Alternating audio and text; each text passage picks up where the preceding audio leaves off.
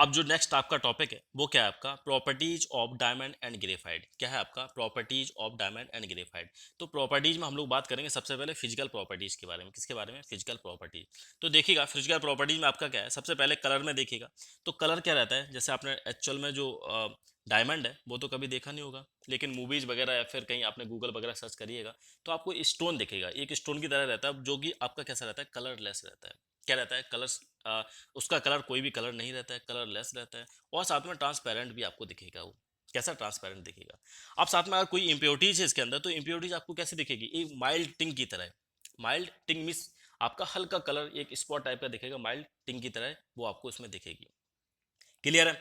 अगर बात करते हैं जैसे कि ग्रेफाइट की बात करेंगे, तो ग्रेफाइट क्या रहता है? Blackish grey. एक इसका जो कलर रहता है कैसा रहता है? ब्लैकिश ग्रे रहता है और ओपेक रहता है। जैसे डायमंड आपने देखा ट्रांसपेरेंट था, ये क्या रहता है? ये सब्सटेंस आपका कैसा रहता है? ओपेक रहता है। साथ में क्या रहता है? Opaque solid with metallic lustre. इसके पास मेटल की प्रॉपर्टी होती है, इस वजह से इसको क्या बोलते हैं? मेटालिक लस्टर्स भी इसके पास प्रॉपर्टी होती है। मीन्स अगर जब आप देखेंगे, जैसे पेंसिल है, पेंसिल की जो आपकी लीड है उसको देखेंगे तो वो चमकती हुई नजर आएगी, तो वो क्या होता है? मेटालिक लस्टर्स होता है इसका। मेटालिक लस्टर मीन्स चमक, आप उसको देख सकते हैं। तो ये तो हो गया किसमें? ग्रेफाइट और डायमंड के कलर के बारे में। ना अब बात करते हैं नेचर कैसा होता है। नेचर की बात करते हैं तो आपका जो डायमंड रहता है वो हार्ड रहता है, काफी हार्ड रहता है। अगर नेचुरली बात करेंगे तो हार्डेस्ट नेचुरल सब्सटेंस ये क्या रहता है? हार्डेस्ट नेचुरल सब्सटेंस रहता है, सबसे ज्यादा हार्ड सब्सटेंस। किस वजह से? क्या रीजन होता है? क्योंकि जो कार्बन कार्बन का जो बॉन्ड बॉन्ड रहता है वो क्या रहता है, उसकी जो स्ट्रेंथ है काफी स्ट्रांग रहती है, स्ट्रेंथ ज्यादा रहती है। ठीक है। और यूनिफॉर्मली भी डिस्ट्रीब्यूटेड रहता है। यूनिफॉर्मली का मतलब क्या है कि जैसे आपने देखा था कार्बन कार्बन का जो बॉन्ड बन रहा था, उसके जो बीच की डिस्टेंस थी वो क्या थी? इक्वल थी। तो मीन्स यूनिफॉर्मली डिस्टेंस भी है, तो इस वजह से जो स्ट्रेंथ है वो तो स्ट्रांग रहेगी, साथ में यूनिफॉर्मिटी की वजह से जो डायमंड है आपका वो हार्ड रहता है। और साथ में क्या रहता है? जो आपकी क्रिस्टल लेटस रहती है, क्रिस्टल लेटस भी आपकी रिजिड एंड स्टेबल रहती है। इस वजह से जो नेचर है डायमंड का वो क्या रहता है? हार्ड रहता है। क्लियर है? अब बात करेंगे देखिए ग्रेफाइट के अंदर। ग्रेफाइट में क्या रहता है? ग्रेफाइट एक सॉफ्टेस्ट सब्सटेंस है। ये क्या है? एक सॉफ्ट सब्सटेंस है। अब सॉफ्ट किस वजह से होता है? क्या रीजन है? क्योंकि आपने देखा था कि कार्बन जो है 3 कार्बन से तो अटैच है, एक लेयर में 3 कार्बन से तो अटैच है, लेकिन जो इसकी सेकंड वाली लेयर होती है, सेकंड वाली लेयर होती है जिससे जो अटैच रहता है कार्बन, वो क्या रहता है? वांडरवाल फोर्स के थ्रू। किससे अटैच रहता है? वो जो वांडर वाला फोर्स है आपका वो क्या रहता है? वीक रहता है, काफी वीक रहता है। इस वजह से जो लेयर है एक दूसरे के ऊपर स्लाइड करती हैं और साथ में एक मार्क, पेपर पे एक मार्क छोड़ देती हैं। जैसे आप जो पेंसिल वगैरह लीड यूज करते हैं, अगर आप उसको चलाएंगे, है ना, पेपर पे यूज करेंगे तो क्या एक मार्क देखने को मिल सकता है। तो ये किस वजह से होता है? जो आपकी जो सेकंड लेयर है वो एक दूसरे के ऊपर वो स्लाइड होती रहती है, कि जो फोर्स है कार्बन कार्बन का जो फोर्स है उनके बीच में क्या रहता है? काफी वीक रहता है। नाउ अब बात करते हैं डेंसिटी की, बात करेंगे।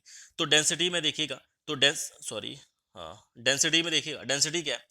हाँ, तो डेंसिटी में देखिएगा, डेंसिटी क्या रहती है?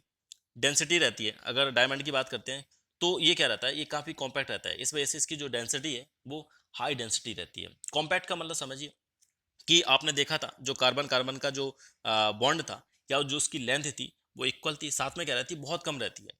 जो बॉन्ड लेंथ है वो क्या रहती है? बहुत कम रहती है। मीन्स बोल सकते हो distance between the two carbon atom, जो कार्बन एटम है उनके बीच की जो डिस्टेंस रहती है काफी कम रहती, काफी कम होती है। इस वजह से काफी कॉम्पैक्ट स्ट्रक्चर होता है। क्या रहता है? काफी कॉम्पैक्ट स्ट्रक्चर होता है। और इस यही रीजन है कि जो डेंसिटी है डायमंड की वो क्या रहती है? हाई हो जाती है। नाउ अब बात करते हैं डेंसिटी ऑफ ग्रेफाइट की।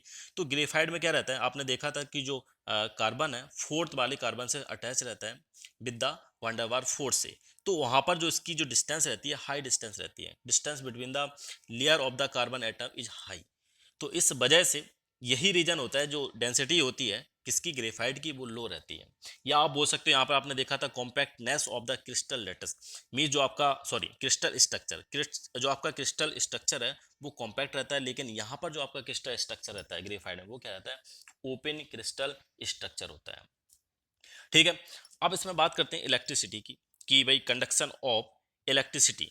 तो अगर डायमंड में देखेंगे तो डायमंड क्या होता है कि इसमें कोई भी इसमें फ्री इलेक्ट्रॉन प्रेजेंट नहीं रहता है। मीन्स आप बोल सकते हैं कि absence of free electron in the crystal. जो आपकी क्रिस्टल है उसमें क्या रहता है? अब्सेंस रहता है फ्री इलेक्ट्रॉन का। इस वजह से इलेक्ट्रिसिटी को ये कंडक्ट नहीं करते हैं। ये किस कैटेगरी में आते हैं? नॉन कंडक्टर की कैटेगरी में आते हैं। ना ही इलेक्ट्रिसिटी को कंडक्ट करते हैं और ना ही हीट को कंडक्ट करते हैं। Very poor conduction conductor of heat. ये जो कंडक्शन है हीट का वो बहुत कम होता है, ठीक है, किसके अंदर, डायमंड के अंदर। तो या आप बोल सकते हैं कि ये दोनों क्या है कि ये नॉन कंडक्टर में आते हैं, सॉरी, जो डायमंड है आपका नॉन कंडक्टर में आता है, और दोनों को ही जो आपकी इलेक्ट्रिसिटी है उसको भी कंडक्ट बिल्कुल कम, बिल्कुल नहीं करते, बिल्कुल ना के बराबर करते हैं, ऐसा आप बोल सकते हो कि फ्री इलेक्ट्रॉन्स नहीं रहते हैं। लेकिन अगर बात करते हैं हीट की बात करते हैं तो वेरी पुअर, हल्का सा बोल सकते हैं कि हीट को कंडक्ट कर सकते हैं, लेकिन आप बिल्कुल ना के बराबर इसमें भी समझिए, very poor conductor of heat. Clear है। अगर बात करते हैं ग्रेफाइट के, तो ये गुड कंडक्टर होते हैं इलेक्ट्रिसिटी के एंड हीट के, दोनों के ही गुड कंडक्टर रहते हैं, क्योंकि इसके अंदर जो फ्री इलेक्ट्रॉन्स है या फिर मोबाइल इलेक्ट्रॉन्स है वो प्रेजेंट रहते हैं इन द क्रिस्टल। क्लियर है। अगर डायमंड की बात करते हैं, ध्यान समझिएगा, डायमंड की बात करते हैं तो ये नॉन कंडक्टर है ऑफ इलेक्ट्रिसिटी, लेकिन अगर हीट की बात करते हैं तो very poor conductor of heat. अगर ग्रेफाइट की बात करते हैं तो good conductor of heat and electricity both, दोनों के ही गुड कंडक्टर होते हैं, क्योंकि प्रेजेंट इनमें प्रेजेंट रहते हैं क्या, मोबाइल इलेक्ट्रॉन्स। नाउ अब बात करते हैं नेक्स्ट पॉइंट की तरफ चलते हैं। नेक्स्ट पॉइंट आपका क्या है, केमिकल प्रॉपर्टीज। तो केमिकल प्रॉपर्टीज देखिएगा, अभी आपने फिजिकल प्रॉपर्टीज देखी थी, अब बात करते हैं केमिकल प्रॉपर्टीज की। तो केमिकल प्रॉपर्टी देखेंगे, ये क्या रहता है, वेरी इनर्ट, जो केमिकली वेरी इनर्ट रहते हैं, किसी के साथ कोई भी, मोस्ट केमिकल रहते हैं उनके साथ रिएक्शन कोई भी नहीं करते हैं, कोई भी रिएक्शन नहीं करते, do not react with the most chemical, ज्यादातर केमिकल्स के साथ कोई भी रिएक्शन नहीं करते हैं। अब इसमें देखिएगा कि less prone to chemical attack, अगर कोई भी अटैक हो रहा है केमिकल का, तो क्या इस पर कोई भी इफेक्ट नहीं पड़ता, बहुत कम इफेक्ट पड़ता है, लेस प्रोन मीन्स बहुत कम इफेक्ट पड़ता है, क्योंकि क्या होता है कि जो स्ट्रक्चर रहता है इसका कॉम्पैक्ट रहता है। इस वजह से अगर कोई भी आप स्ट्रॉन्ग केमिकल, जैसे मान लो H2SO4 आपने इस पर डाल दिया, तो इस पर बहुत कम इफेक्ट पड़ेगा, क्योंकि जो इसका स्ट्रक्चर रहता है काफी कॉम्पैक्ट रहता है, बहुत ना के बराबर इस पर इफेक्ट पड़ता है, कोई भी अगर केमिकल आप लेके इस पे आपने डाल दिया। नाउ अब बात करते हैं ग्रेफाइट की। तो ग्रेफाइट में क्या रहता है, ये स्लाइटली मोर रिएक्टिव, ये थोड़ा सा ज़्यादा रिएक्टिव रहता है देन डायमंड से, and more prone to chemical attack, अगर कोई भी अगर केमिकल अटैक इस पे करते हैं तो क्या हो जाएगा, इस पे इफेक्ट देखने को मिल सकता है, क्योंकि जो स्ट्रक्चर रहता है इसका कैसा रहता है, ओपन स्ट्रक्चर रहता है, कैसा रहता है, ओपन स्ट्रक्चर रहता है। नाउ बात करते हैं नेक्स्ट पॉइंट की। अगर इसको बर्न करना है आपको एयर में या फिर ऑक्सीजन में, आपको क्या करना है, इसको बर्न करना है। जब आप बर्न करेंगे तो क्या हो जाएगा, ये बर्न हो जाएगा। डायमंड को अगर बर्न करना चाहें तो बर्न हो सकता है, लेकिन टेम्परेचर आपका क्या होना चाहिए, 900 डिग्री सेल्सियस तक लेके जाना पड़ेगा, तब जाके ये बर्न होगा। अगर आप हीट करेंगे, अगर आप हीट करेंगे एटमोसफेयर में, मीन्स बोल सकते हैं प्रेजेंट आपका क्या है, प्रेजेंस ऑफ ऑक्सीजन होना चाहिए, एटमोसफेयर में क्या है, प्रेजेंस ऑफ ऑक्सीजन, तो वहां पर जब आप इसे हीट करेंगे तो ये आग पकड़ लेगा, है ना, आग को पकड़ लेगा। अगर जैसे ये 800 डिग्री सेल्सियस तक पहुंचता है, जैसे आग पकड़ेगा, साथ में जो CO2 है, CO2 रिलीज होती है, CO2 रिलीज होती है, ये आपको ध्यान रखना है। नाउ और ये क्या है, it is a pure form of carbon. अगर बात करते हैं किसकी, डायमंड की, एक कार्बन का प्योर फॉर्म है। क्लियर है। तो ये तो हो गया, ये आपको अब समझ में आ गया होगा सारी चीजें। अब इसके बाद देखिएगा नेक्स्ट पॉइंट की बात करेंगे, इसी के अंदर अब ग्रेफाइट में देखेंगे। तो ग्रेफाइट क्या है, तो ये बर्न नहीं, ये आपका बर्न नहीं होता है, अगर एयर में आप इसको बर्न करना चाहें तो बर्न नहीं हो सकता है, ठीक है, बर्न नहीं होता है।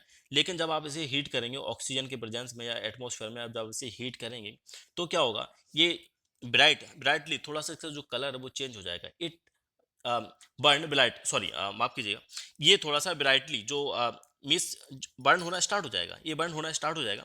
तो क्या हो जाएगा, जैसे ये 700 डिग्री सेल्सियस तक पहुंचता है तो ये बर्न होना स्टार्ट हो जाएगा। ये भी बर्न होता है डायमंड भी आपका, लेकिन 800 डिग्री सेल्सियस तक बर्न होता है। लेकिन जैसे ही ये 700 डिग्री सेल्सियस तक पहुंचा तो क्या हो जाएगा, ये बर्न होना स्टार्ट हो जाएगा।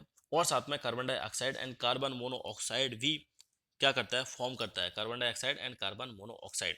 और साथ में क्या है, एस, थोड़ा सा इसका जो एस है, जो बचा हुआ स्मॉल अमाउंट ऑफ एस भी वहाँ पे प्रोड्यूस करता है, जो आपको देख सकते हो उसको आप। लेकिन यहाँ पे आपको जो टेम्परेचर कहाँ तक ले जाना पड़ेगा, 700 डिग्री सेल्सियस। नाउ अब बात करते हैं एक्शन ऑफ केमिकल रिएक्टेंट्स। जो केमिकल रिएक्टेंट्स हैं, जैसे कि बात करते हैं कि आप एसिड्स वगैरह हो गया, एल्कली हो गया, तो इनके साथ कोई भी रिएक्शन नहीं करता है, कोई भी रिएक्शन नहीं कर सकता है, कोई भी रिएक्शन नहीं करता है विद केमिकल एजेंट। जो आपके एसिड हो गया या फिर एल्कलीन हो गया या बेस हो गए, तो उनके साथ कोई भी रिएक्शन नहीं करता है। कौन, डायमंड। अगर डायमंड की बात करते हैं, do not react with chemical reactants, example दे रखे जैसे एसिड हो गया या फिर एल्कली हो गया या फिर कुछ भी आपके जो बेस वगैरह होते हैं, उनके साथ कोई भी रिएक्शन नहीं करता। नाउ अगर बात करते हैं कि ग्रेफाइट की बात करते हैं, तो क्या होता है, react with strong oxidising agent. जो आपके स्ट्रॉन्ग ऑक्सीडाइजिंग एजेंट होते हैं उनके साथ रिएक्ट कर जाता है क्या, ग्रेफाइट। जैसे कि HNO3 हो गया, H2SO4 हो गया, इनके साथ रिएक्ट करता है और साथ में कार्बन डाइऑक्साइड को रिलीज करता है। नाउ ये तो था आपका प्रॉपर्टीज के बारे में, ठीक है, आपकी प्रॉपर्टी थी, फिजिकल एंड केमिकल प्रॉपर्टीज थी। तो चलिए अब बात करते हैं, नेक्स्ट पॉइंट की तरफ चलते हैं, देखिएगा।